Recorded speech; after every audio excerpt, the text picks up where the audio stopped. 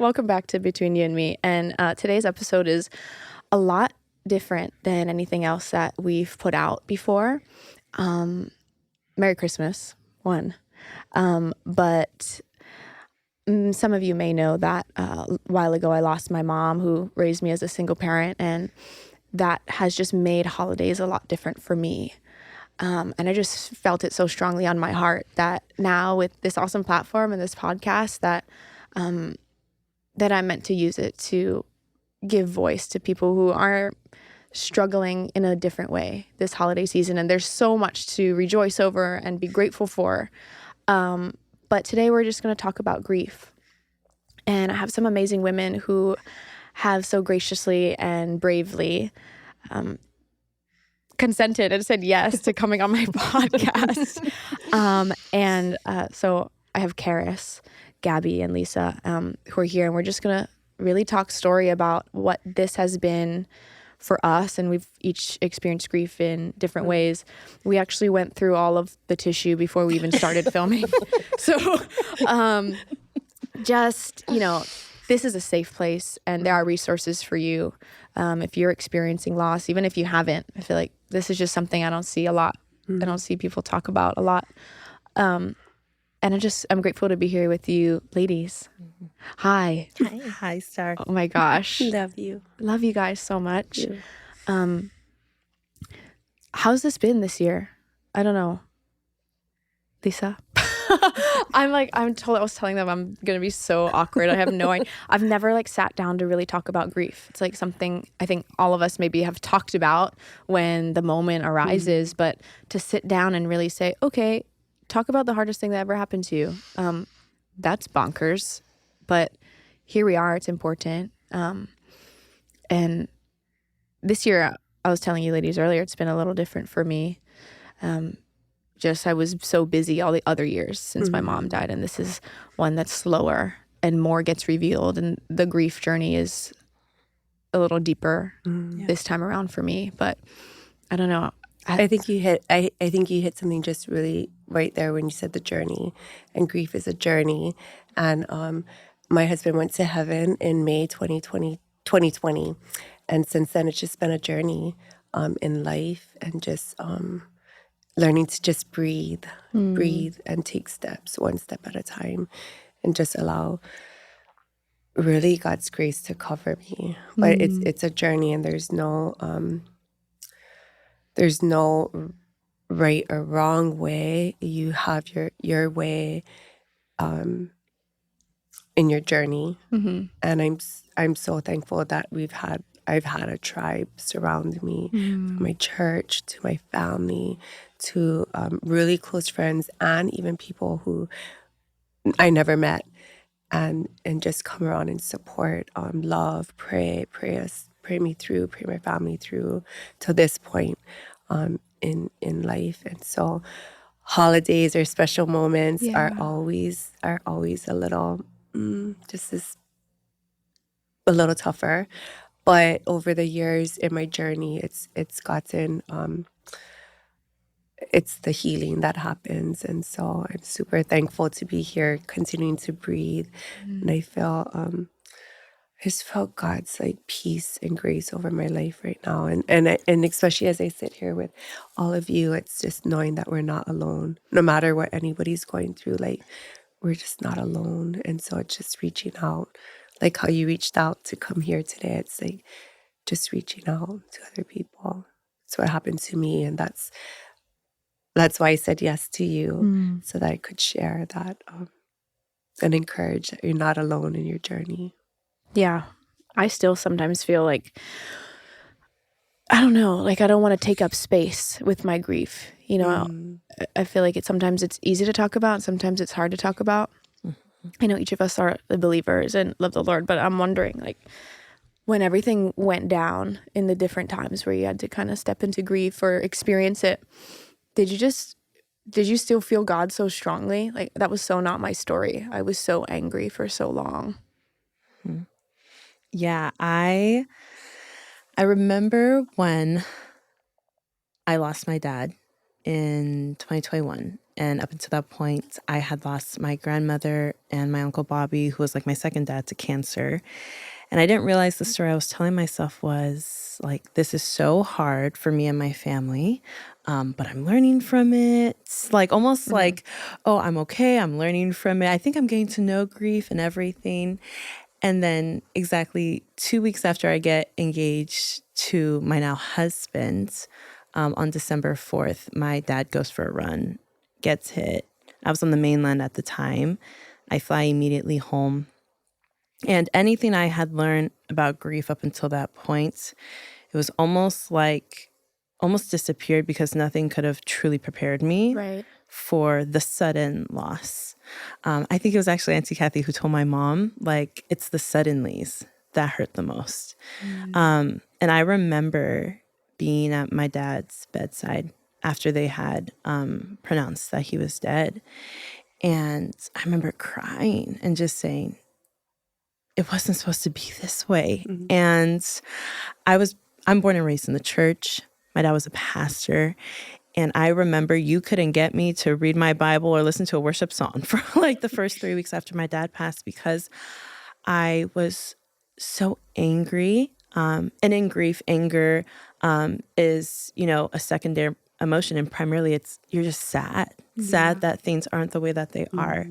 And so I know for me, I think that had to be part of my journey, though, of feeling that, because I've learned that oftentimes when you go through that, you're like, okay, I'm going to try to go around it or pretend it's not there. Or for me, one thing I realized in my grief journey, like a tendency I had was being busy. Became a really good distraction. Like, I am a hard worker and I will grind and I'll do it.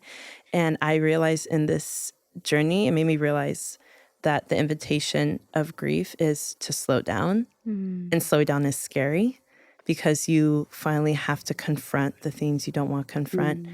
But I've learned with the Lord that the only way to grow from it is to go through it. One of the greatest scriptures I held on to was Psalm 23. It was like an anchor for me. And the part where it says, even when I walk through the valley of the shadow of death, you are there. And you will never know the power of that verse until you are in that valley. And you realize, God, you're all I have. Yeah. And so the only way I'm going to get through this is if you're with me. And I remember there were so many days where I felt like I didn't have the strength, but it was like, okay, God, it's you or it's nothing. Yeah. Like, either this is just words on a page. These are just words that I've sung, or this is truth. And this, when you say, Lord, that you are my strength, this has to be true right here. And so, like you said earlier, it's definitely been a journey. And I definitely still believed in the Lord. But I think for me, it was definitely wrestling with the Lord and learning to walk with him in a deeper way. But I will tell you that I feel like I've learned so much about God's heart for me through this. Not saying I do not wish this on anyone. I don't wish this on anyone. But I think because this happened, I think it gave me the opportunity to understand God's love for me in a whole new measure, and his heart for those who go through suffering. For sure. And so, it was and continues to be hard. I describe it as like waves. Like, sometimes the swell is like small. And you're like, okay, today was good. Then other days you're like, oh, snap. I didn't have my surfboard or nothing. And that just overtook me. And it's a day by day. But where I'm at now is still walking out that journey. But I will tell you, I've learned just this whole new perspective of God's heart for people, especially those who are hurting or going through suffering or who know pain and loss, and that God is not absent from it, but he's actually very much in it. It's the place he actually wants to be the most found. So, like you said, though, the continual day by day journey. I love what you just said about that's where God wants to be the most found, is in our sorrow. Like when we're really the weakest, like that's where God is in his strength and where we find real strength with him. I totally relate to that. My relationship with God completely changed after starting to heal from losing my mom. Like, I didn't know what kind of faith I had before, and it was strong, but it was not this. Because like you said, It's real. Yeah, it's God, it's you or I'm nothing. Yeah. Like, there is no more. There is not another day. Like, even getting through being my mom's main caregiver, like every single day I woke up and it was like a chant in my heart, like, I cannot do this anymore. I cannot do this one more day. To see someone that you love suffer, and be so helpless, like to feel helpless, and just like seeing her begging the Lord for relief, not even healing, just relief for a second, is traumatizing. And but after it was done, that's why there was peace when she passed, because there wasn't pain. But looking back, I'm like, Lord, that was only you. Like that, I did not have that strength in my own heart. Yeah, but so good. Thanks for sharing, Karis. Oh, thank you. Yeah. I had come away from the church, and I grew up Catholic. And after college, I kind of was like, I'm not sure. And there were some things the Catholic Church was doing that I wasn't in agreement with. And I didn't feel like that community was feeding me. But when Grayson got diagnosed, it was an aggressive, incurable brain cancer. And friends of ours from his preschool, because he was 5 years old, invited us to their home and prayed for us and invited us to church again. And so we did go. And I felt like as we journeyed through, my grief kind of started before Grayson died. And it was definitely a journey with God. It was an invitation to like this deeper relationship with him, because, you know, you're not in control, right? And sometimes we think we are, right? Or a lot of times we think we are, but the truth is we're not at all. And it doesn't get any clearer than, you know, when your son is going to die and you don't know what that's going to look like and you don't know how to walk it out. And so I remember laying in my bed and thinking like, oh my God, I just don't understand at all with any cell in my body, my soul, but I'm in, okay, you're going to walk me through, God, and we're going to be together. So it was an opportunity for me to actually get close to God again. And I had always had him there, but not like this. Not this intimate, personal relationship with him. And that was the beginning. And there was rage and a demand to cure him, which kind of shifted, you know, as the journey grew into, okay, if this is the walk, then I trust you. And that is my only prayer. It's like, okay, God, I just wake up and say, I trust you. I don't understand, but I trust you. I trust you. And it really is where the real faith comes in, right? Totally. You can worship and sing and say prayers, but when it hits the fan, that's when you have to man up and really armor up with your faith and walk the walk and take the breath one by one. And he is the strength. He is the strength for sure.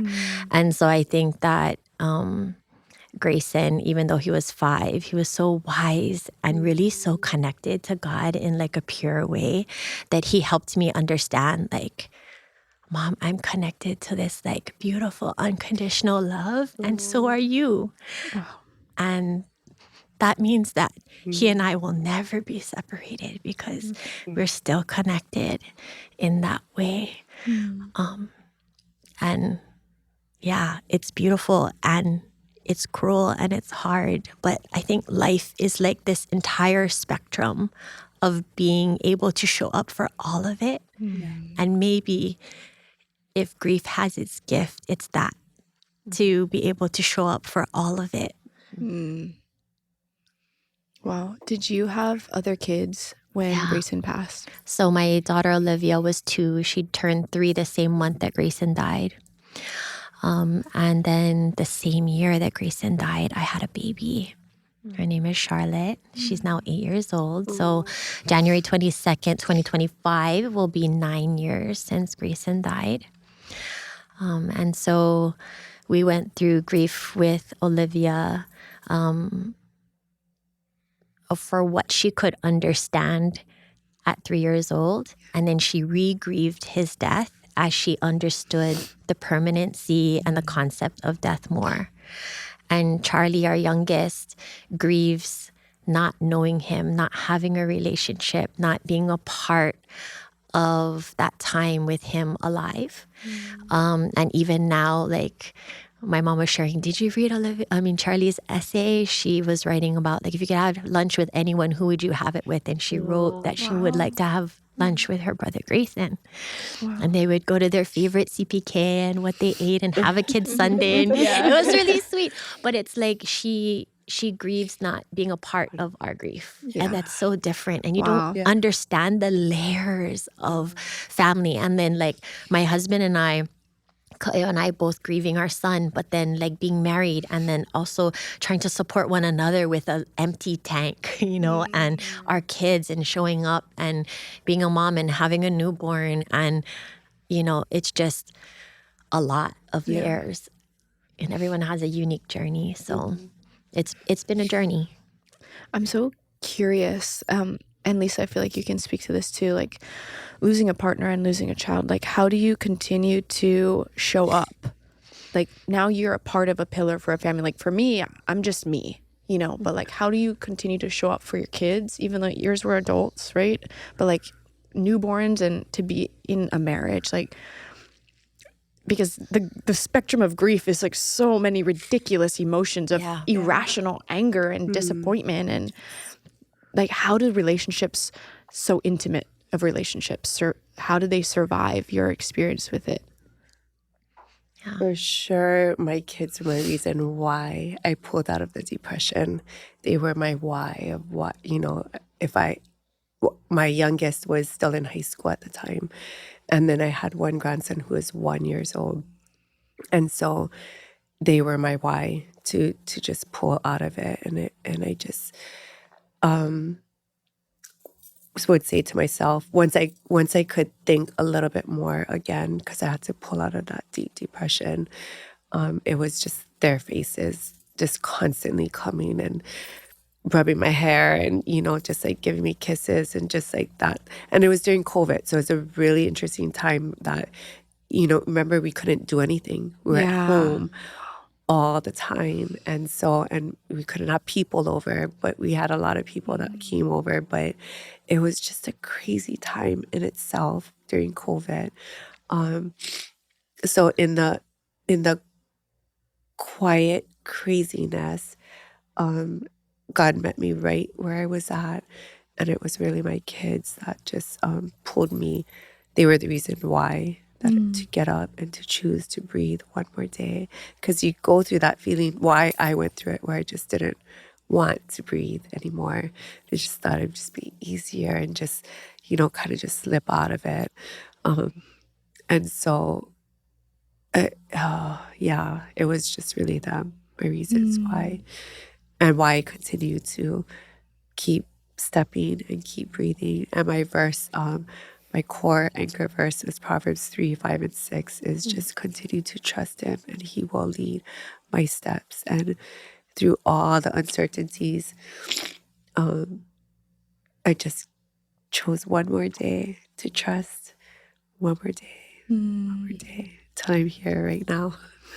That's so good. A lot of people gave me that advice to, just make it one more day. But I was like, I need to get through the hour. Like, it's about us. It's every single breath. Yeah. It's like one more breath. That's why I love what you're saying about breathe. Like, okay, if I can make it to noon, okay. If I can make it through this meal, like, oh my gosh, I just got this new job and I would be locked in there. I would close the door and I would just cry all day and no one could see, and you just do your work and you just like keep moving, but you're miserable. Or I was, at least for months. It wasn't like until 6 months later that I started feeling that I even started talking to the Lord again. Yeah. But Gabby, like, how was that with you and your husband? Yeah, it's interesting because, again, it's a journey. You don't even realize at the beginning what's actually happening, or that you're not able to see past that pain part until you are, and so I had to figure out what I could do because there was a lot I couldn't do and I had very little energy. So where was I going to put my energy? And I think like quieting down and deciding like what is the next right thing, you know? And I feel like God would give me assignments. So he'd be like, okay, just do this, go on a hike, go on a walk, do this. And so I had to figure out the work that I could do and what the grief work looked like in each season. And as I did that, I started to learn new things. I listened to podcasts, I read books. I listened to experts, people who had been through, people who I wanted to feel like, you know, I wanted to remember Grayson with more love than pain. And so I had to figure out like how, you know, what was my walk. And I think that with a grieving partner, what I realized over time, I went to specifically this one lecture and he talked about instrumental grieving and intuitive grieving. And I understood the different style of grieving that my husband and I had. Because sometimes when you're moving through grief, you're like, you should do this because it's helping me. Yeah. Like, why aren't you doing it? You're doing it wrong. Or like, you should do it like this because maybe that'll help you. And not that they're doing it wrong. You just don't understand that we each really have a unique journey and we need to do it according to our own needs, our own personality, and what's right for us. And so I think the cool thing about being partnered with my husband, Kael, is that we've really been partners. And so my therapist says, like, oh, when you go through a child with cancer and this journey, and then even death, like whatever's already happening in your marriage blooms. So if there's already friction, there's already conflict, there's already tension, then that is what will grow. But if you're partnered and connected, then that's what'll grow. We just decided to just be in it no matter what. We're not going to leave one another alone. We're going to do the best we can. And we're going to love each other as hard as we can. And really, that's what's gotten us through so many other things before and now. So God brought him to me to be partnered in this way with someone so that I wouldn't just fall apart. And when I'm strong, then he can lean on me, but he's mostly the strong one and I can lean on him, you know. But also recognizing like, oh, he is grieving in his own way. And when he does this, have a 3.5-hour tattoo, which I was like, oh my God, of his portrait of our son, it's beautiful, you know, then that's his way of grieving. My dad built a bench that's also like an instrumental doing way of grieving. But I'm a feeler and a verbal processor, so I needed like, stereotypically women are. So I needed therapy. And we did play therapy with our daughter. I listened, I talked, I like hiked. So I moved my body a lot. So I just tried to like quiet down and like, Gabby, what do you need? Like, God, tell me, share with me what to do next. And he did.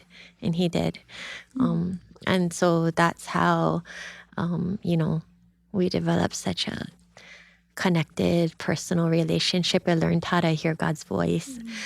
Grayson helped me. So I was always so curious, where did he go? What happened? How can I still connect to him? This spiritual journey of like wanting to feel bonded to him still. And I felt like he backed up into the source and he's like, it was hard to decipher God and Grayson. It was like he led me to be closer and more intimate and with God. And so that was a gift. There's just a million things about this journey, right? That is hard to explain in words or in a short time or concisely. But yeah. Wow. So good. What a beautiful picture, you know, that Grayson really led you to just like inch you closer to the Lord as you would seek him, that you would find the grace of God. I remember I was at a stoplight in the morning. I decided to, like you said, move my body. I was like, okay, I'm depressed and I'm getting fat. So like I need to like, I can't be both, right? I'm like, oh my God. So I was like, okay, I'm going to go to these classes in the morning at like 5 a.m. And like it really started helping. Like as I became stronger in my body, I was like, oh, my spirit is strong. Like it was almost a reminder like to pull yourself physically out. But I was starting to feel like joy again, which I had said often or I didn't say it, I'd written it down. I was journaling a lot. And I wrote down, no wonder I had such an amazing 23 years with mom. Like I was a really joyful kid. I got to do all these things with her. And I said, because I was only going to get 23 years of joy. Like my life is different now, and it's going to just always be this way. But by the grace of God, almost 6 months later, I was starting to feel like the trickles of joy, like the sprinkles of it. And I was at this stoplight. It's like pitch black outside, like 5 a.m. And I just had this download of like the light bulb went off of like, oh my gosh, like I get it now. I get why we tell people about God and like about Jesus. Before I was insecure about sharing about God. I was like, well, that he's with me, but I don't want to shove it down your throat, which is like such a my generation thing to like avoid that. And then I realized, oh my gosh, no, because I was dead and now I'm alive. Which is like very pre-Jesus, post-Jesus thing. But like I was yoked up with Jesus before, but like my spirit died with my mom for a minute. And then to even have like, it was just the beginnings of joy again. It was not like, I couldn't still breathe. It was just like, I could see light at the end of the tunnel, and it clicked because I knew in that moment, like what God would have for me later on, that it wasn't a sentence to that feeling. And it just clicked. I was like, wow, okay, I get it. It's about freedom from what earth brings and what it sentences us here, but that the grace of God just covers so much. It's a miracle. Yeah. Yes. Yeah. Totally. I don't know why I said that. Why? No, I'm just like off the cuff. I'm like, man, it's just because there are so many like random moments. I don't know if you guys have felt that, where it's like, oh, okay, I got it, along that journey of grieving. Yeah. 100%. Oh, yes. The light bulb moments are the best. Yeah. I think for me, one of those, I think growing up in the church, I had learned so much about the Lord. And then there comes a point where it's like just your parents' faith or thing you do, and it becomes your own faith. And I definitely think through grieving and walking out a journey of grieving, I've learned who Jesus is to me. I remember specifically when my dad died, and I was in this really low place, to be fully transparent. I was home in Hawaii for the whole month of December, and then I went back to Washington. And if you know anything about the Pacific Northwest, it is so sad during the winter time.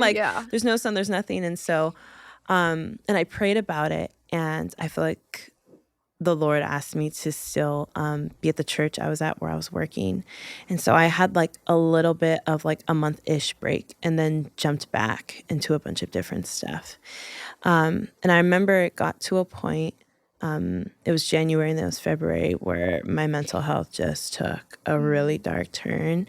And I had experienced depression and anxiety before, but nothing like this. Like, I remember specifically, I knew it was bad because I was driving and I had to pull over in this random park at night in Washington because I couldn't breathe. And I was like calling one of my mentors and trying to like articulate like what I was feeling and everything that was hitting me. And then it was my fiance who found me one night, and I was crying, and he just said, babe, I know like this is so hard, but I think you're starting to like isolate, which it's interesting. I feel like the moments when we need people the most, we tend to isolate. Yeah. Whether it's because we're scared or because of shame, whatever it is, story we tell ourselves. But I remember when I started going to therapy, and I specifically was in deep trauma therapy. Jesus is my therapist, honestly. Jesus is my therapist. Amen. And comedian family. But I remember when I was finally able to pick up my Bible again and read, I was like, God, you gotta give me something. Because right now, I don't feel like reading. It's truth, right? Like Romans 8 says, like, we're more than conquerors. And I was like, well, I don't feel very like a conqueror right now or brave. I feel weak and everything. And the Lord actually drew me, besides Psalm 23, he drew me to Isaiah 52, where the Messiah, who is prophesied to come to God's people, who will be victorious, and who they thought like, oh, he's going to overthrow Rome, he's going to do all this stuff. And, Jesus came in a way we didn't expect. He wasn't only prophesied to be this victorious king who would set his people free, but a suffering servant. And I remember I had heard that growing up here and there, but it didn't click until that moment when I was going through suffering and realizing like, oh my goodness, God, with you, I have this amazing, powerful God who knows all and is mighty and holy. And through your son, Jesus, we have a God who knows suffering, not only knows suffering, chose to take on our suffering. He's a man of sorrows, acquainted with grief. And it clicked for me like, oh God, you came for the brokenhearted. You came for those who would be crushed in spirit. So when I go to you, I'm not going to a God who's not able to like not understand. I'm actually going to a God who understands, because you chose to come to this earth and become one of us and experience what we experienced.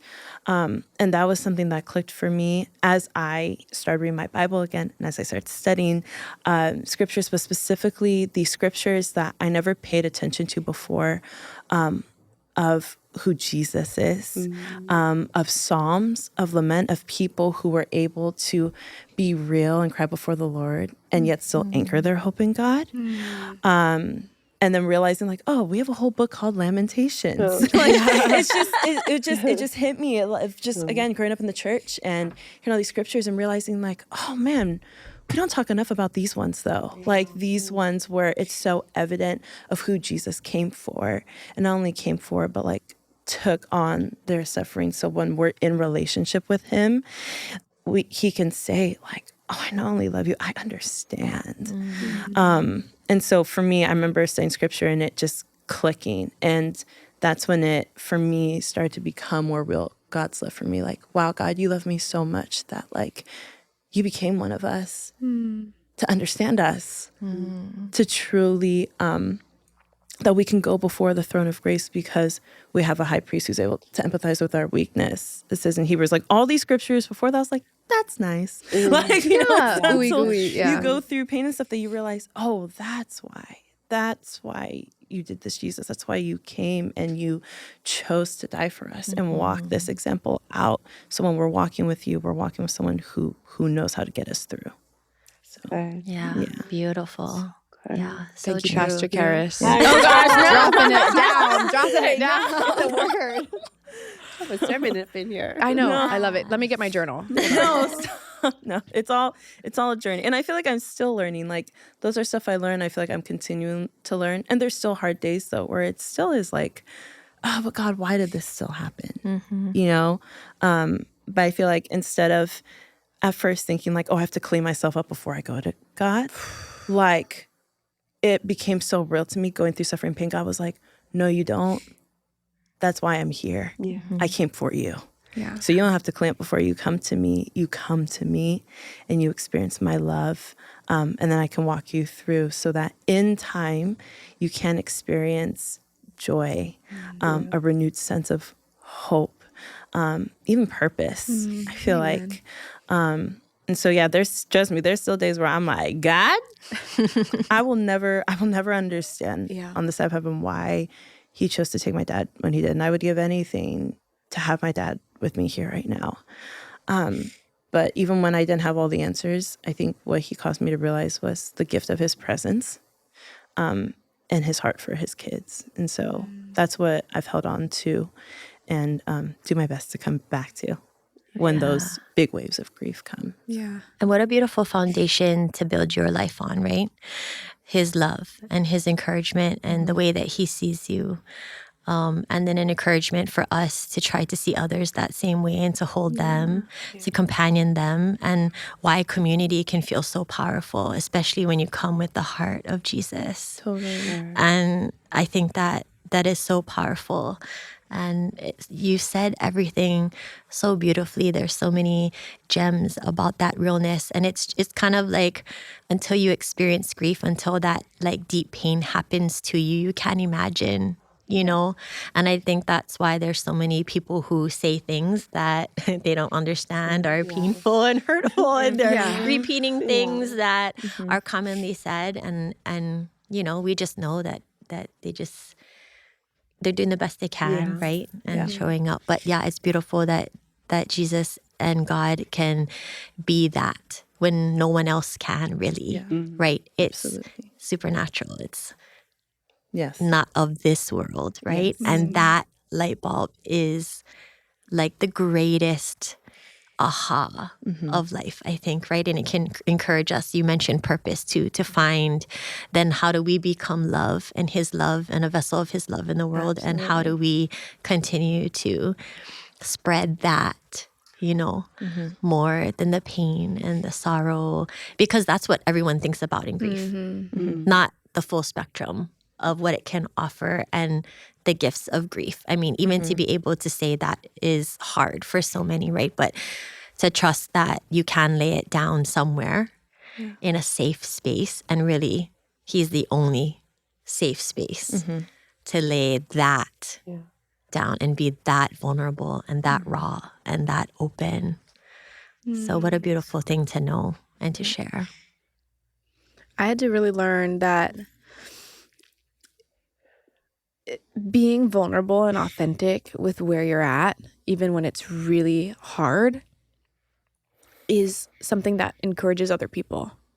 I think for a while I thought I needed to be really okay and say the right things, especially once it became really my platform for Miss Hawaii. People were like, wow, you're so strong and you're so this and you can talk about it.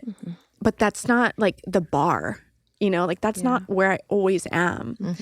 And then, like you said, people will say something, or I'm blessed like that people will come up to me and just share their story about grief, you know. But it's also so hard sometimes to just talk about it. And some days, some seasons, like this season right now, I was sharing with you guys, is one of the first ones I've really slowed down. That's where I really struggle, is to be quiet. I will be busy dawn to dusk. And I have been, like, for the last 4 months, avoiding, like, Christmas and holiday. But, like, now I don't feel as much of a champion and warrior as I did maybe 2 years ago, when I would get on a stage every day and try to encourage people, like, that it gets better. And it does. But, you know, I almost, like, don't feel as much as a champion, you know, like sometimes I'm hard on myself for not being like the face of grief works out, or like grief is over, you know what I mean? Yeah, because there is no over, because we'll never stop loving them. So grief and love, right, are the flip side of the coin. And so where there's love, there's grief. And so I think knowing that is important too, right? That's a whole nother light bulb of like, you'll never stop loving them. So you'll never stop missing and longing. But it shifts, it changes what we do. It's not just time alone, right? It's the things that we do within this time that help us grow our muscles, our spiritual muscles around this grief that doesn't change, but we can be stronger and hold it steady. And we can know we'll be okay. We can allow ourselves to feel it. We can process. We can use our whole toolbox full of all the things, right? And also have the grace to be like, you know, have the moment, the shower, the car ride, right? The tears pour out in those quiet moments you mentioned that we're still, and that's okay. That's normal. That's great. That's grief. That's love. Do you guys ever get like flashbacks, like PTSD? Because I got diagnosed with PTSD depression from my therapist, like after it all happened. And I love therapy. I love science. I'm also like, but God is king, and like I rebuke anything that will like damn me to that and hold me down forever, right? Like I believe in healing and supernatural healing, but like also science, like that's real stuff. And I would get crazy flashbacks. Oh yes, I think for me, So when I landed home in Hawaii, everything was in 24 hours. And so I went on a Thursday. I remember talking with my friend and helping her move into her new home. She was getting ready for her baby. And we were talking about how excited we were to go home to Hawaii, my husband and I, to be with my family to celebrate. And my dad, I just talked to my dad earlier that week, and he's like, yeah, your tickets, you're flying in Christmas Day. We can't wait. And then an hour after that, after a phone call I had with my best friend, so I talked to my mom, and my mom, after talking for a little bit, is like, hey, your dad isn't home yet. And I'm like, what are you talking about? She's like, yeah, he went out for a run, but it's been like a while. And so, there's this amazing app on the iPhone called Find My. And that's when we found his location where his Apple Watch is. We saw that it was at Queen's Hospital in town. And I remember my heart dropped. And my mom's in Hawaii and I'm in Washington. And I'm trying to call people I know in Hawaii to try and help my mom. Because my mom's like, what do I do? I'm like, Mom, you have to go. We don't know what's going on. And I remember in 24 hours, immediately I started saying, like, this isn't happening. Like, this isn't happening. Like, it was the instant denial and grief. Like, there's no way. And then next thing I knew, my mom's finally able to go down there, identify my dad. And, found out that he got brutally hit on the run and that he was in the ICU on a machine because he suffered a severe head injury. And at first I was like, okay, no, but like we're going to pray because the doctors were like, if he responds well to the medication and the swelling comes down, then there's sign of life there. It's good. So I was like, okay. And then my mom called me again late at night and was like, it's not good. And I remember my fiance at the time is on the laptop. I'm like, what are you doing? He's like, I'm booking you a flight home. And the next morning I was out on the first flight to Hawaii. And I remember landing, and for the first time ever landing home, the air felt so thin. Like I felt like I almost couldn't breathe. And then I remember going to Queens and seeing my dad. And if you knew my dad was so full of life, and he was my hero, and I loved him so much. He often was the one who would actually pick me up from the airport. He literally told me, like, I'm picking her up, and would like greet me with a big hug. And then I remember going to the ICU and going in the room and seeing this man that I love who was so full of life. It was my greatest inspiration, just on this machine and having this stuff all over him. And it was so hard. And even, then waiting for the last breathing test. And when they finally were like, we're so sorry, like he's gone. Like the last image I have of my dad is just him lifeless. And it's to this day, like it'll happen in the most random moments. And I have so many countless amazing memories with my dad, but there will be honestly like PTSD moments. I will tell you right now, I'd hate going by Queen's Hospital. Like I'm just gonna be very transparent. Like that's hard. And then there'll be random moments where I'll just have those pictures of how my dad looked and how he was. And and how hard that is. I remember when I was going through therapy, and the deep trauma therapy, you have to walk through everything that happened. And so she, over a course of months, mapped out everything in that 24-hour span. And there was a moment where I was like, I don't think I'm going to be able to get through this anymore, because the more I talk about this, the more this is... I described it actually one time, like, I feel like I'm watching a really sad Netflix TV show. Like, this is so sad. Like, this is horrible. And then I realized, oh, this is my life. Like, it was like, oh, this isn't a movie. This isn't a TV show. This is real life. This happened.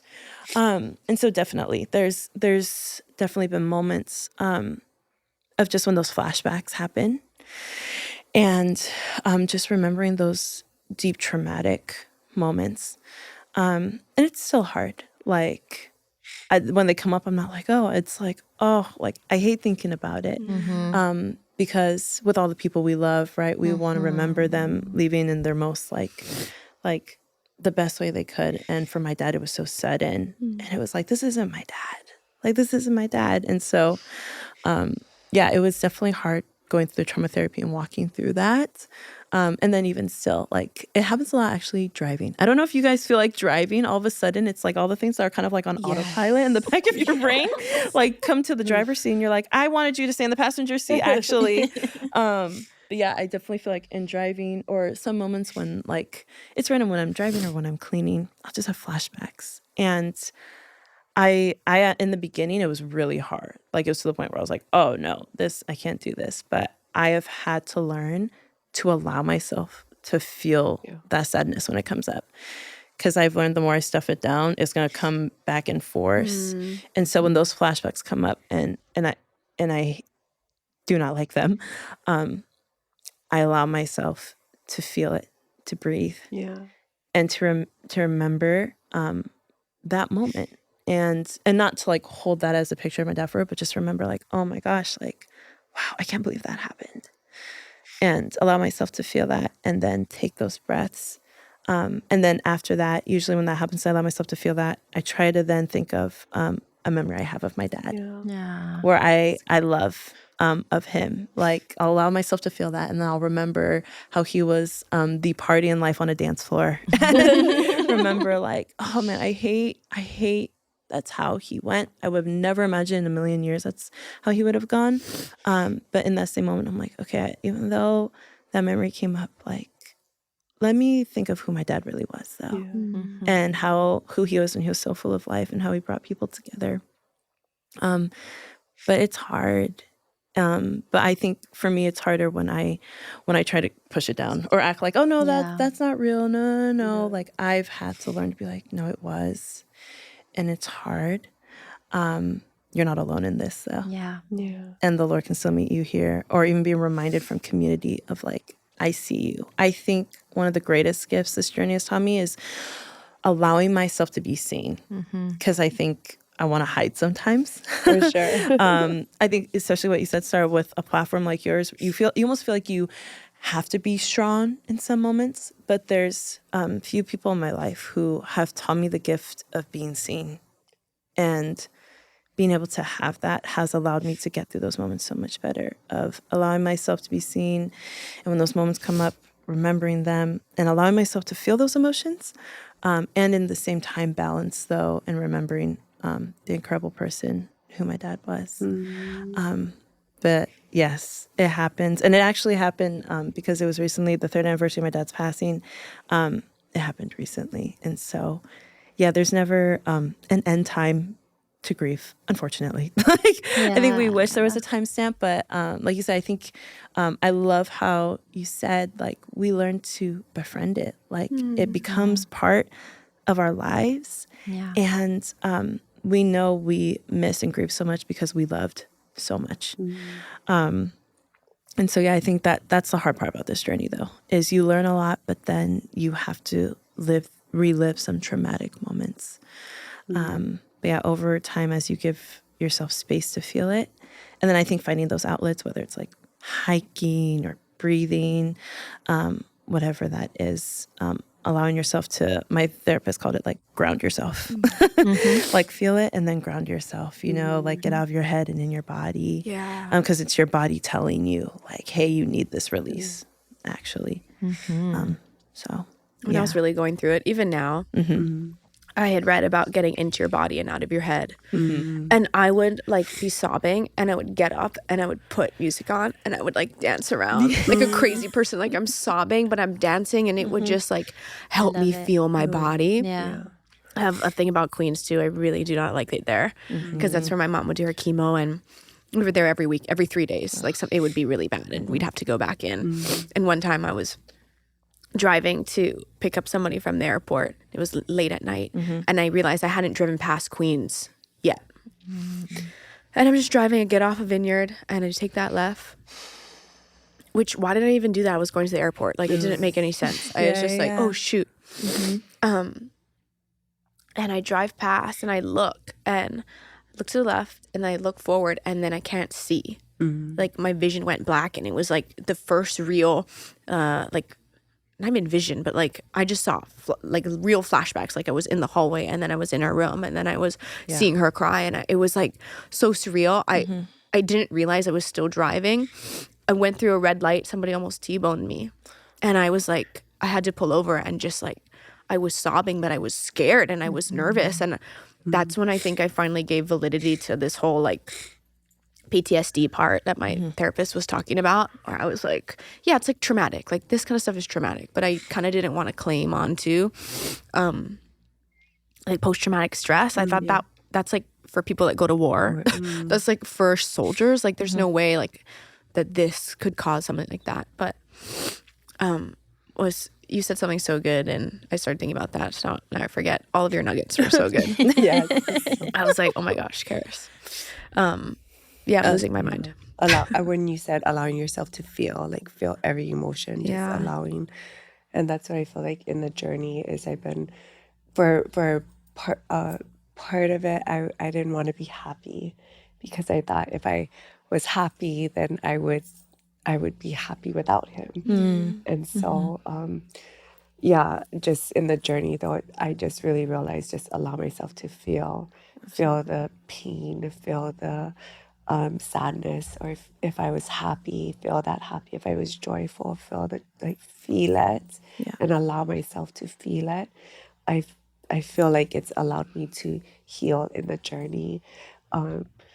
That now, I feel like I'm just in a place where I can feel like my heart's been open again. Like it just opened. And I just continued to walk in the journey. But I think that was a key point for me to just allow myself to feel the things that I was feeling. And sometimes people would say some things like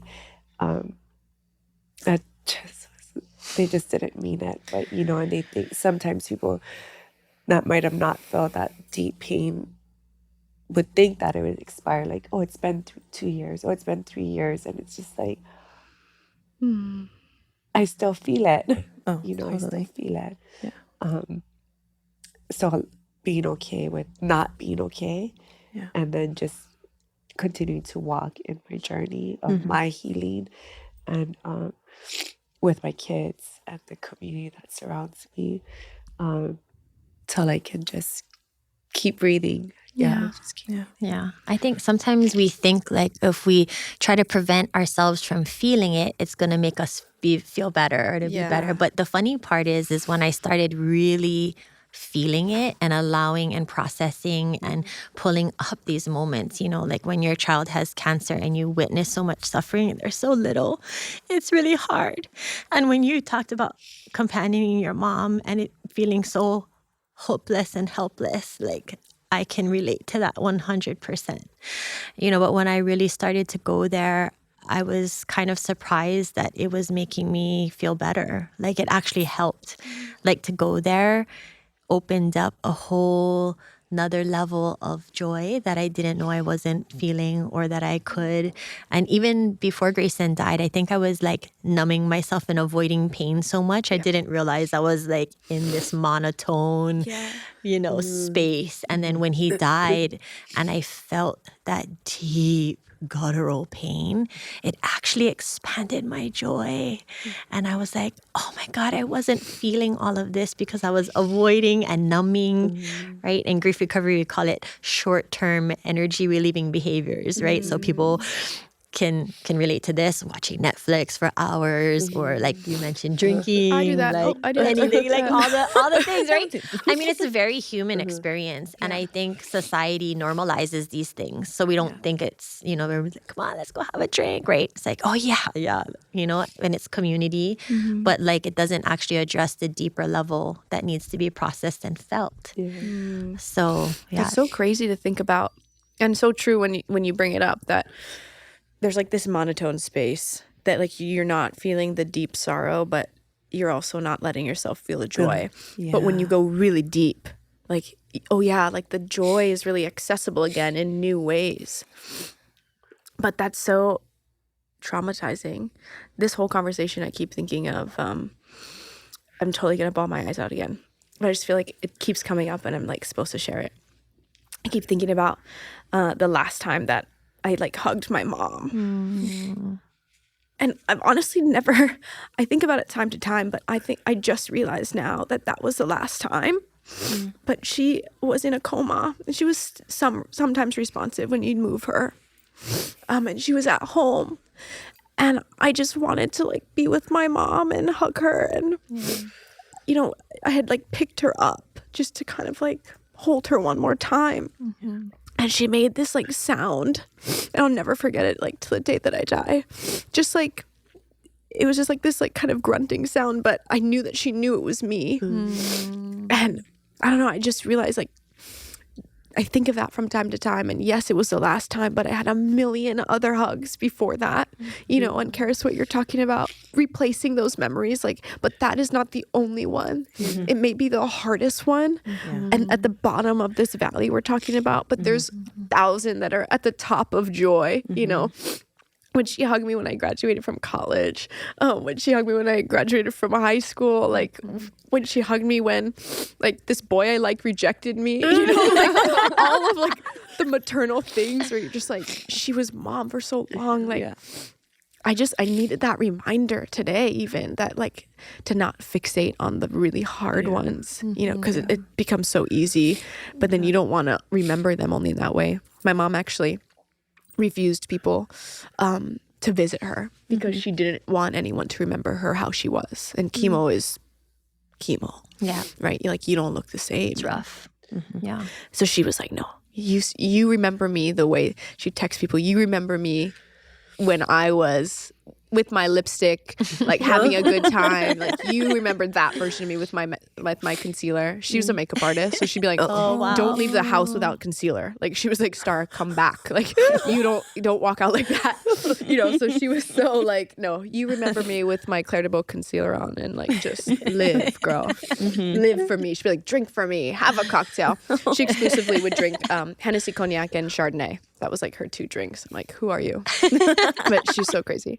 But yeah, just so good to replace the hard memories with good ones. Yeah, I feel like that's in part of our journey. We've chosen to do that every special moment, and his heavenly anniversary, we've chosen to breathe through it with something to replace that what could be really, really junk day with something to keep breathing and celebrate.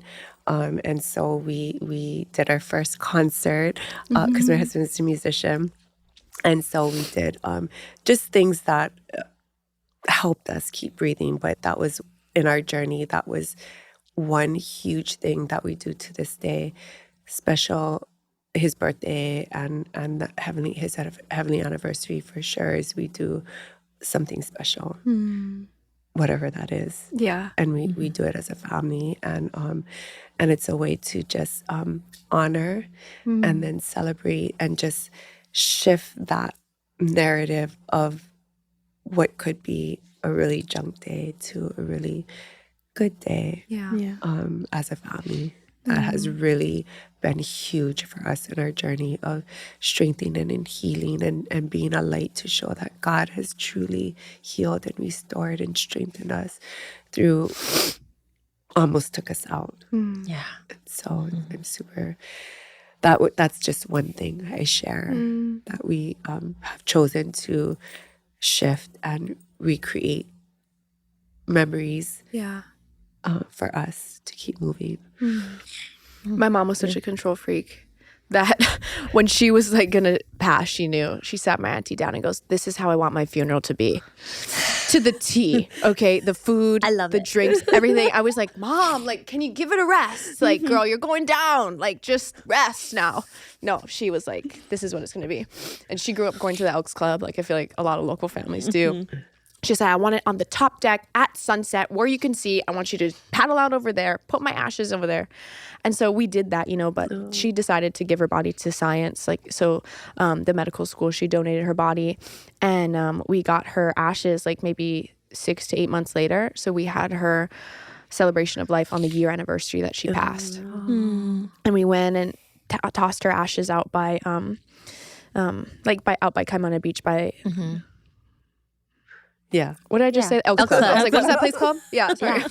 Yeah. So every year on her anniversary, we'll go out and we'll like pour like the little mini Hennessy's. There's like that place is, it's like if you ever dive there, you will find so many of those little bottles. Like, sorry to the ocean safety people, but like, you know, you lose them. You put them in your swimsuit and it falls out. But yeah, we just go and we like put flowers anytime there's like big events. Like after Miss Hawaii, I went and took all those leis and like celebrated with her. But that's like kind of something that our family will do. And it's become like our place with her. Right. Which is crazy because she hated the beach. She's like, it gives you skin cancer. But she like, now I go to the beach like to be with her. It's so ridiculous. But yeah. You guys do something special? So good. Yeah.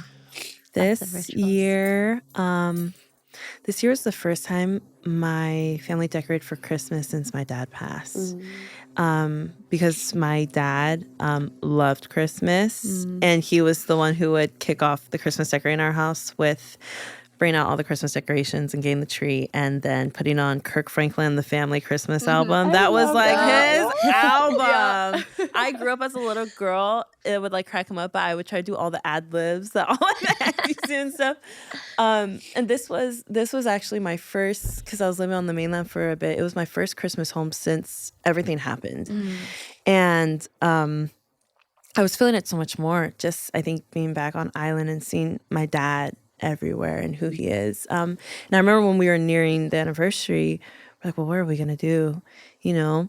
And my mom actually messaged all of us kids and was like, hey, I think we should decorate for Christmas because your dad loved it and he's usually the one who did it, but I think to remember him, let's do it. And so in the morning, my mom and I like did a hike together. As family, we would do Makapu'u lighthouse hike all the time. So she and I went, and I wore my like Lakers shirt for my dad because he was a diehard Laker guy. And we just talked for majority of the day, but then my family, and then I have like adoptive older siblings who came and met us, and we all like made a bunch of different dinner dishes. Like we shared like videos, photos, laughing, and then we put on Kirk Franklin and the family Christmas album, and decorated my mom's Christmas tree. And it was, and I remember when the day was over, and we felt the full spectrum of emotions. But I remember my husband and I drove back home, and he was like, that was a great day. Like, you know, and the day that was like, is one of the saddest days of the year. He's like, that was such a great day. Like I was able to feel both the sadness, but then also this like joy of remembering your dad and then doing something that he loves so much. And then by the time that Christmas tree was done, like I remember my mom, when we were saying bye to her, she was, there was like this piece on her, and she just said like, this was perfect. Like, this was the perfect way to remember your dad today. Like, we could have done so many different things, but this was so fitting. And it was just really sweet. So that was the first time that we decorated all together since my dad was alive. And it was really, really, it was hard, but it was special and a good way to remember him. So, yeah. So good. Yeah. I feel you on Christmas. Yes. Actually, that was last Christmas? Or that was the anniversary? So that was the anniversary last week. We decorated. Yeah. So last week was 3 years. Yeah. So because when my dad passed, actually, the Monday before he passed, one of the last things he bought was our Christmas tree. And so when my dad passed, understandably so, my mom couldn't even look at it. Yeah. Like she's like, Get this out. there's no decorations that can go up. I don't like all these Christmas decors here because he brought this all out. He was so excited. I can't even look at it. So it's actually me and my brothers who chose to decorate that year only because we had so much family in town. But since then we haven't, because we've traveled to go see family and different stuff and all that craziness that the holidays bring. But this was the first year where we knew we were going to be home in Hawaii. So I was like, okay, what are we going to do? Because especially his anniversary is so close to Christmas. It's like, but doing that almost like, I know this is like a weird word to use, so it's almost like healing in a sense of like For sure. Yeah. listening to that Christmas album I heard all the time growing up, and like visually like imagining my dad in there, like having fun and taking out all the ornaments, like all the family ornaments. But yeah, it was the first time in 3 years. I feel like the first ones are always so hard, Yeah. but then like you said, it's cathartic where it's like, okay, like once you do it, you feel like you could do it again. And it's like you rip the Band-Aid off. Last year was the first Christmas I decorated since my mom died, and she collected Christmas ornaments. So like it was really special. I did not go into the collection. I didn't even go and take out the old tree we have. I bought a new tree and I bought all new ornaments and I decorated in a way she would have never let me decorate. It's like one spiral. Like I totally was like, did my own thing because I just like could not get like our family ornaments. But it's like a step. Yeah. Like that you Totally. can still celebrate. Yes. And I feel like you guys probably all agree, like you just become so less judgmental of yourself. Like you're like anything you could do, like you're good. Like just surviving and breathing, I feel like is good. For sure. For sure. Yeah, that measure of healing is so real, right? And it's just like David Kessler is one of the experts on grief, and he that's where, you know, I like what he says when he's like, when you can remember with more love than pain. And I feel like that's a good healing spot, you know, when you feel like it's not ignoring or saying there's not going to be pain, right? It's feeling all of it. But like when there's more love than pain, I feel like what you just described was that. You know, like there was joy and there was the music and you even had a lightness about you when you shared that and that connection and love within your family, right? That holds that love for your dad is so beautiful. And, you know, we all believe that, you know, our loved ones don't just disappear, right? And I could just imagine him like dancing to the music and seeing you guys decorating, being like, that one, you know? And he's like, yeah, that's what I'm talking about. So like how beautiful to honor and remember and that will sustain us, you know, that connection to them in that beautiful way that's full of love sustains us. And thank you for sharing that.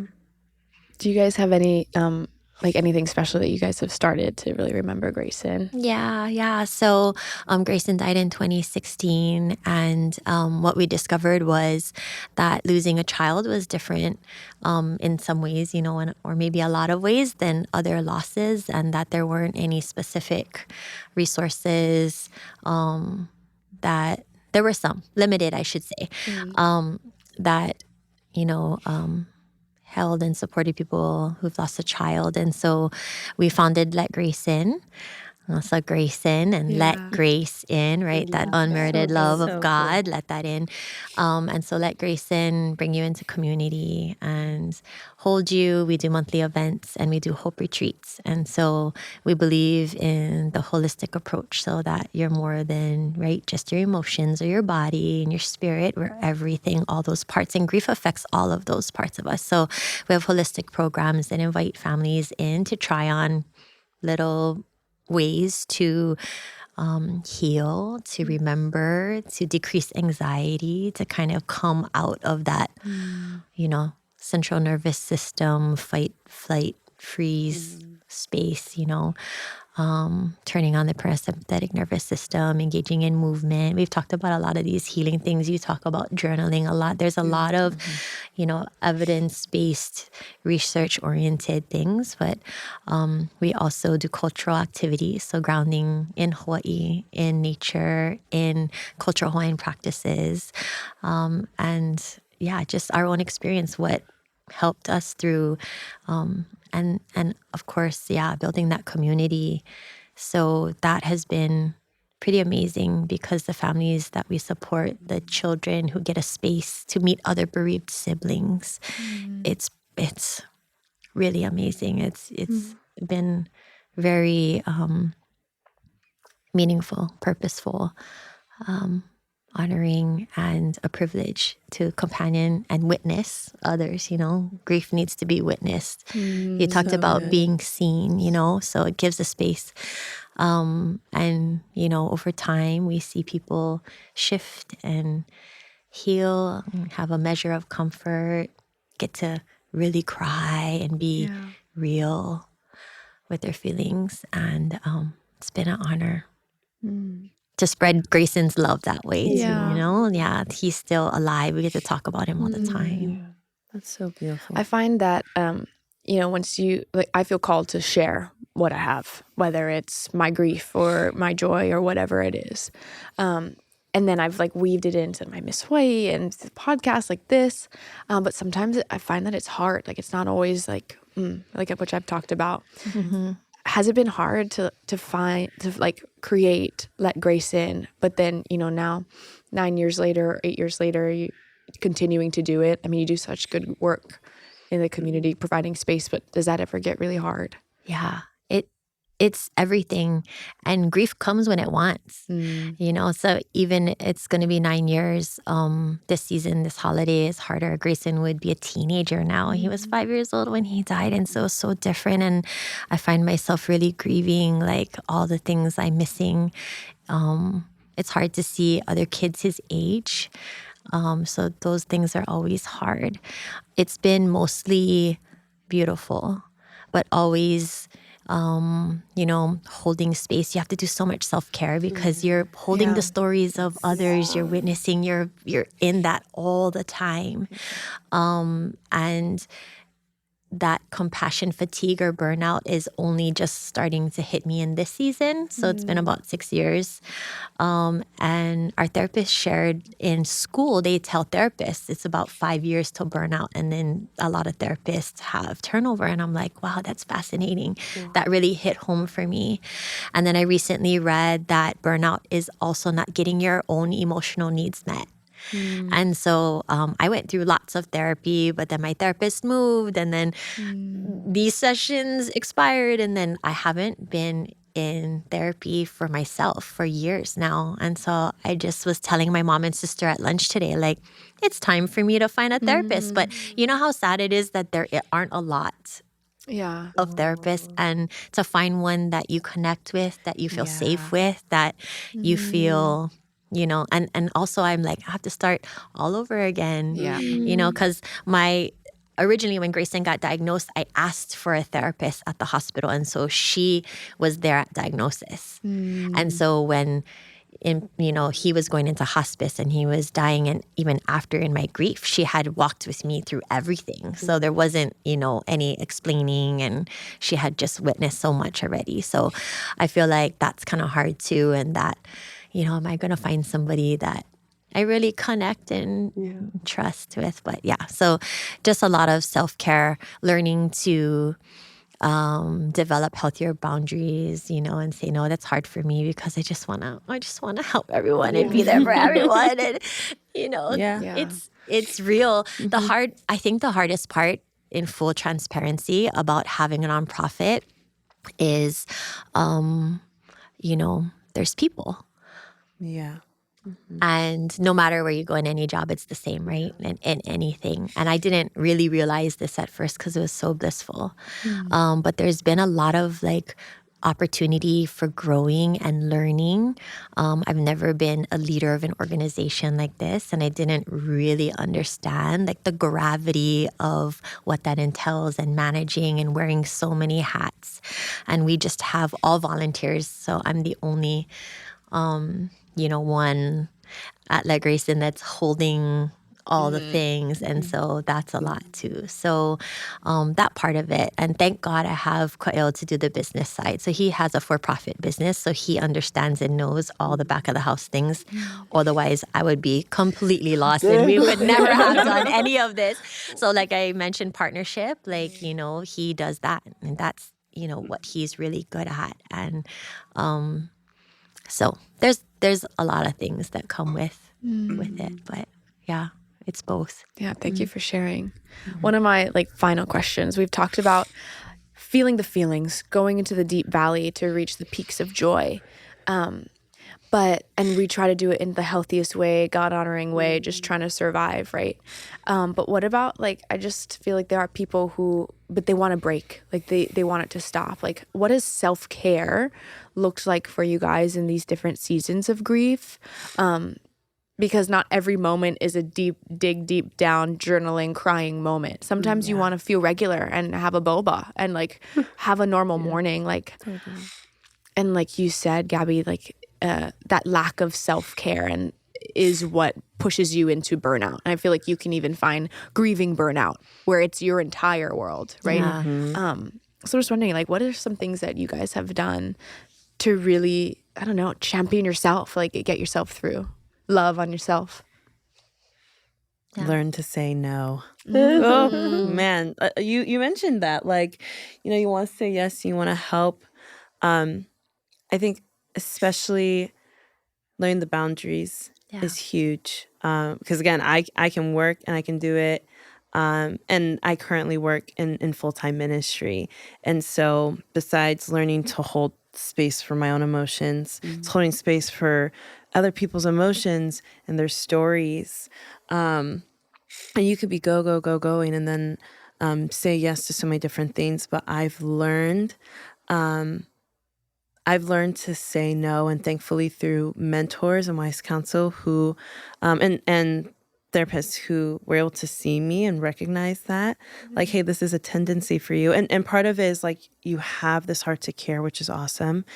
But I think part of it is it becomes a coping mechanism to just keep going. And then you realize, when's the last time like I actually took care of myself? And I'm actually so tired.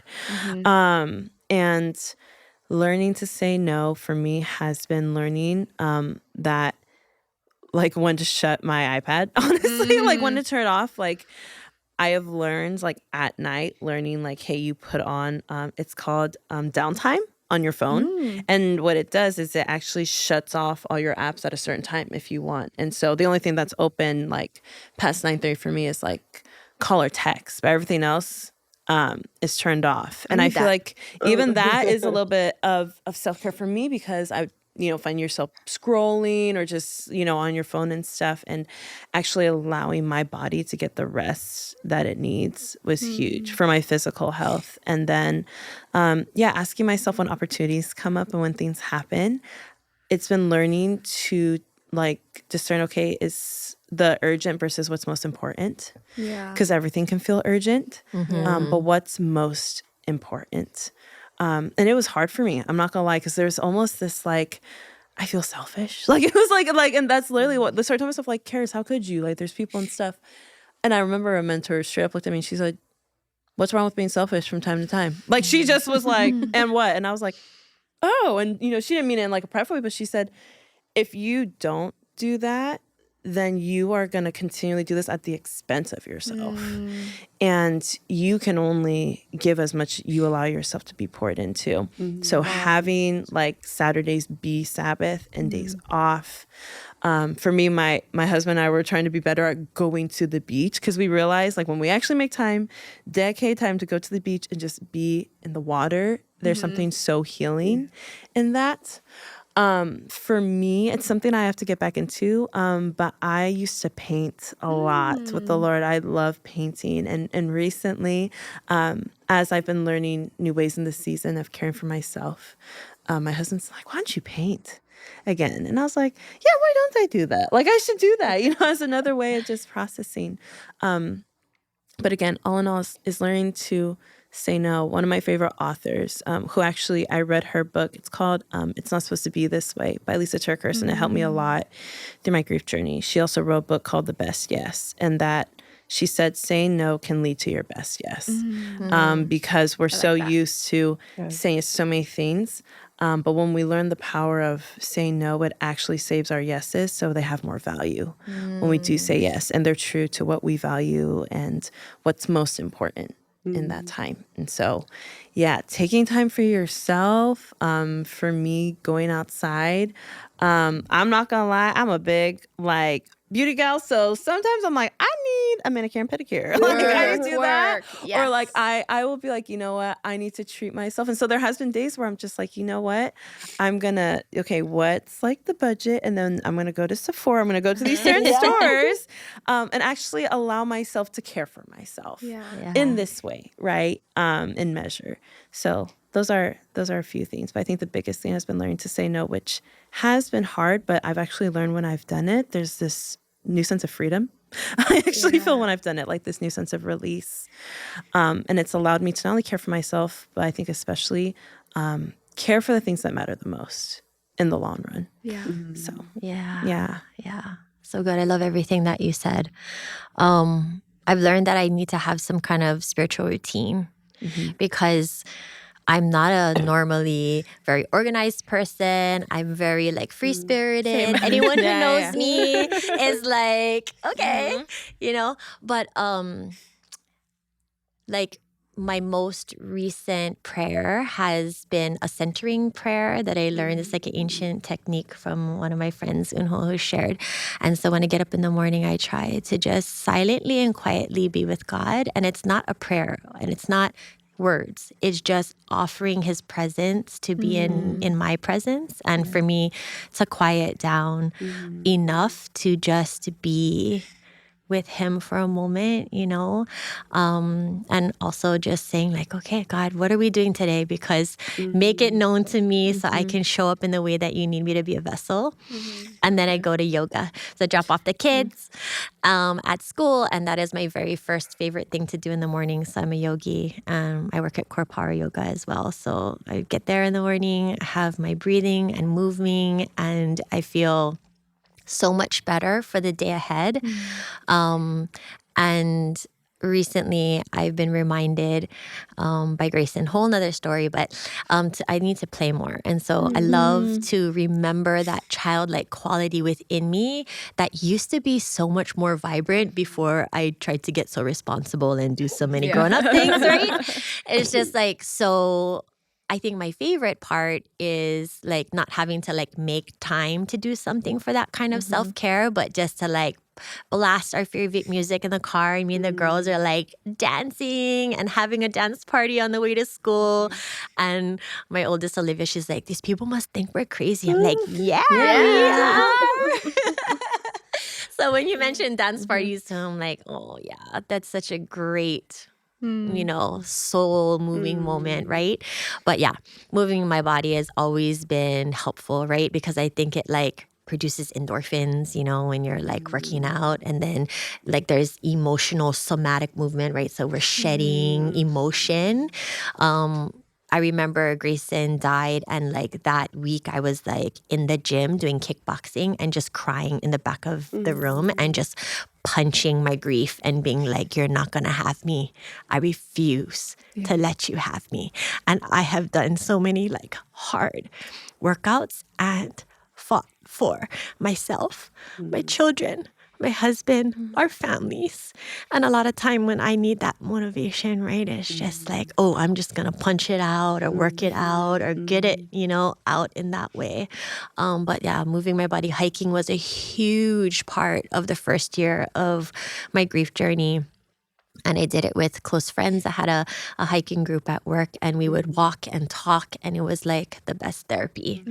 So yeah, moving my body has been a huge thing. And then of course trying to like hydrate and feed myself well. But you know, there's all the things. Yeah, those Life are really and good ones. convenience and Totally. right, all the things that get in the way. But yeah, trying to just really be okay. I know I'm a caregiver. I'm also a nurse. So I worked in the ICU for the first 15 years of my career, which was the introduction also to like grief and companioning families and death and dying and all of that. I couldn't go back to that after Grayson died. But being a mom, a nurse, and then, you know, like a grief worker, it's like a lot of caregiving. So it's been tough. To do self-care, and guilt is definitely part of that for me, right? Especially as a mom, you're like, oh no, I'm supposed to fully exhaust myself until I die for my children. And it's like, that's actually not true. And they're watching me, and then they're going to do that, and they'll repeat this pattern. So that's been a huge part of like my own deep dive into inner healing and working on myself, is that my girls are watching me, and I want them to see, yes, it's hard. Yes, I cry. It's so sad to lose a child, and you can fight and you can get up and do things and be brave and afraid, you know, and just keep going in some way. So we try to do the best we can. Yeah, amen. So good. You mentioned make time. That has been my thing for self-care, is just hashtag make time. I didn't want to. I like to do my nails, but after I didn't want to do it. I didn't want to do my hair. I didn't want to. don't really put makeup on, but I didn't want to do anything. And so as I continue to walk in the journey, it's just a reminder to myself, like to make time, to do my nails and do the thing, get my massages, do my hair. I could do it on my own, but I'll just go. You deserve it. I deserve Yes. just the little things. I mean, those are just really simple. I mean, really simple things that just helps remind me every single month that I'm important. Yeah. And I it's part of my healing journey to remind myself that I'm important. Make time to travel. We used to travel a lot, so I didn't want to. But this year was my first time where I made time to travel by myself on the plane, which is like a huge thing Proud for of me. you. But just making time to sit and be by myself, making time to be with my girlfriends, making time to be with my kids, just making time to go to church, like just making time to do all the things that are me. And because sometimes before I didn't want to, because it just, all the memories are just interwoven, interconnected. So I just didn't want to do those things. But I need to, that's how I continue to, in my journey, is just making time to remind myself and show my kids that, I am important. And it's continuing to breathe and just make time for those, to celebrate too. Make time to celebrate all the special things and all the special people. Because it is easy to isolate and just and not decorate the Christmas tree and not because there's so many memories. And so one thing before I didn't, because he was a musician, so I didn't want to listen to any type of music. And so I would just not play it in the car. And now I just blast it. I have a lifted truck and I just blast her and just and allow myself to feel all of that in me, in my soul, which has been part of the healing journey. But thank you for allowing us to share this space today. Oh, no. Thank you guys for being so brave and agreeing. And I love your lifted truck. Lisa rolled up in the parking lot. I was like, oh, who's this hammer in the parking? And Lisa rolls down the window with her manicured nail. I went, where should I park? I went, no way, hammer. No, I love it. I'm so grateful for you guys. Some ways that I'm kind of like self-care, I feel like it changes for me based on the season of your grief. Totally. And I've been so busy. But in that, like my resting time, like I just totally isolate. Like I realize my recovery is all by myself, and everywhere I go, it's not to like engage in this kind of thing. It's like I'm giving everywhere I go, and then I'm at home, and it's good for my rest. But I think right now it looks like inviting people into my space, not to like be social, but like inviting people into the hard part, because I've noticed that I'm just like, I'm good, like it's hard but I'm good, and it just becomes something you say. But also at the same time, like sitting in the quietness, like I don't do that at all. So I'm like on purpose, like I'm like, please no. At least in this season.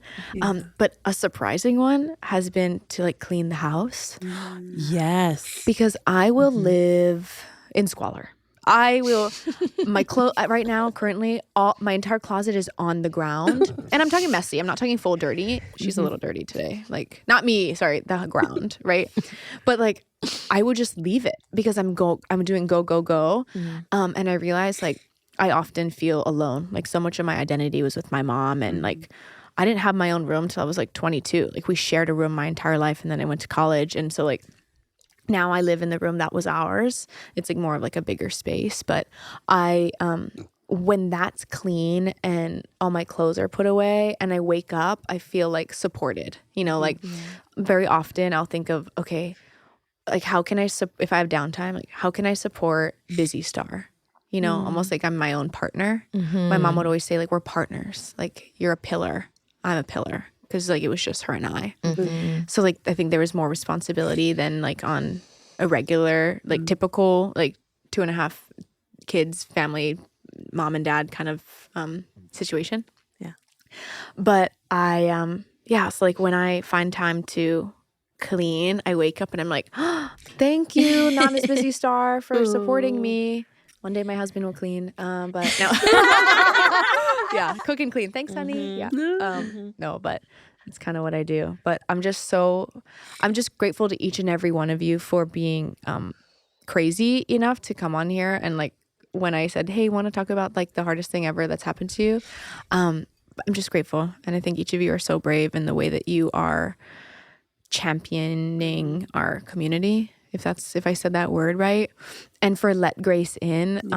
That's such an amazing resource that I know hopefully people who are really struggling listening to this, watching this, are going to dive in. And just thank you for the work that you do, and each of you as you lead youth and people in the church, and you're such a community pillar, and just bringing joy to people. But we do this thing here where we just kind of say your name like into the camera. We'll each go. That'll be really exciting. Where you say, you know, my name is Karis, and between you and me, something, whatever you want. Oh, You know what I mean? I can go first if you want, so it can be like and I never do them. I actually only have my guests do it. This is like going to be my first one ever. Yay. But yeah, it'll be it's like a little, you know. let's do it. Okay, I'm going to go first. Okay. Wait. Okay. Okay. Wow, I've never done one. This is exciting, you guys. Okay. Hi, I'm Stardall Thurston, and between you and me, it's going to get better. Kind of like that. Oh, that's good. Who's going next? I know. It's good. Then I'm gonna wait. No, you guys got it. You guys got it. And just any camera. This camera. This one Yeah, right you're gonna there. look into yours. Wait.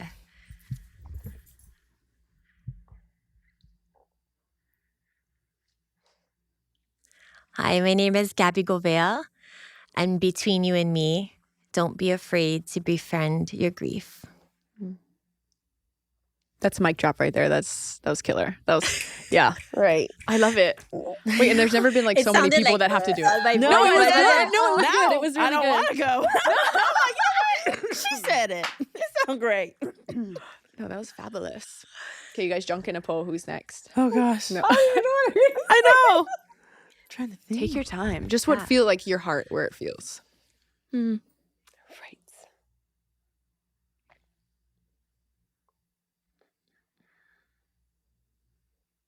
I think I'm thinking too much. Yeah, So- just jam them. Just give them. Is my mic good? Yeah, we'll just like have her like on the side. And then just look here, and you can hear. I think so. I hope so. So my name is Lisa Pekele. Between you and me, and between you and me. Yeah, Did I say it right? you did. Yeah. You did. Okay, I was like thinking, and then I Yeah. was like, No, it was oh. good. It was good. Between you and me. Star. What? Jam them, girl. Okay, I won't Between look, I you won't and me, just Yeah. yeah. I know. Holy smokes! You got it. You're literally killing it. I'm seeing the lifted truck. Go pound your music and your lifted truck is holiday season. No, that's it. You jam your music in your truck. Get yourself a lifted Yeah. truck. That would be iconic. Yeah, Yes. iconic. That's the one. That's you gotta the go. one. with. Now you You gotta have to go with now. that Yeah. one. In your journey. Yeah. Get Pound in your music truck. in your lifted Yeah. truck. Yeah. Go, Lisa. Go. All right. Okay. Just aloha. Yeah. Oh yeah. Aloha, I'm Lisa Pekele, and between you and me, just get in your lifted truck and go on your journey and blast that music. That was literally it. Yes. Yes. Hammer. Yes. Yes. Oh, she's yes. a kiddo. Yes. And only you can say that. Only you can say that. I can't say that. So I'm trading my Kia in for a lifted Yoda. Yeah. Oh my goodness.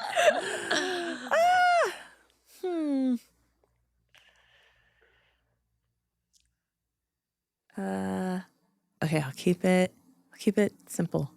Ish. Yes, I love. Okay. I love. Do I look here? Yep, right here. Okay. Okay. Between you and me. See, I'm like, I start overthinking. I'm like, what should we say? Someone said Something else? between me and you, and I just was like, yes, kill it. Between you and me. Yeah. Okay. You can say whatever you want. Okay. Hi, my name is Karis Wilkins, and between you and me, you are loved and you're never alone. Mic drop again. That was it. Yes, so good.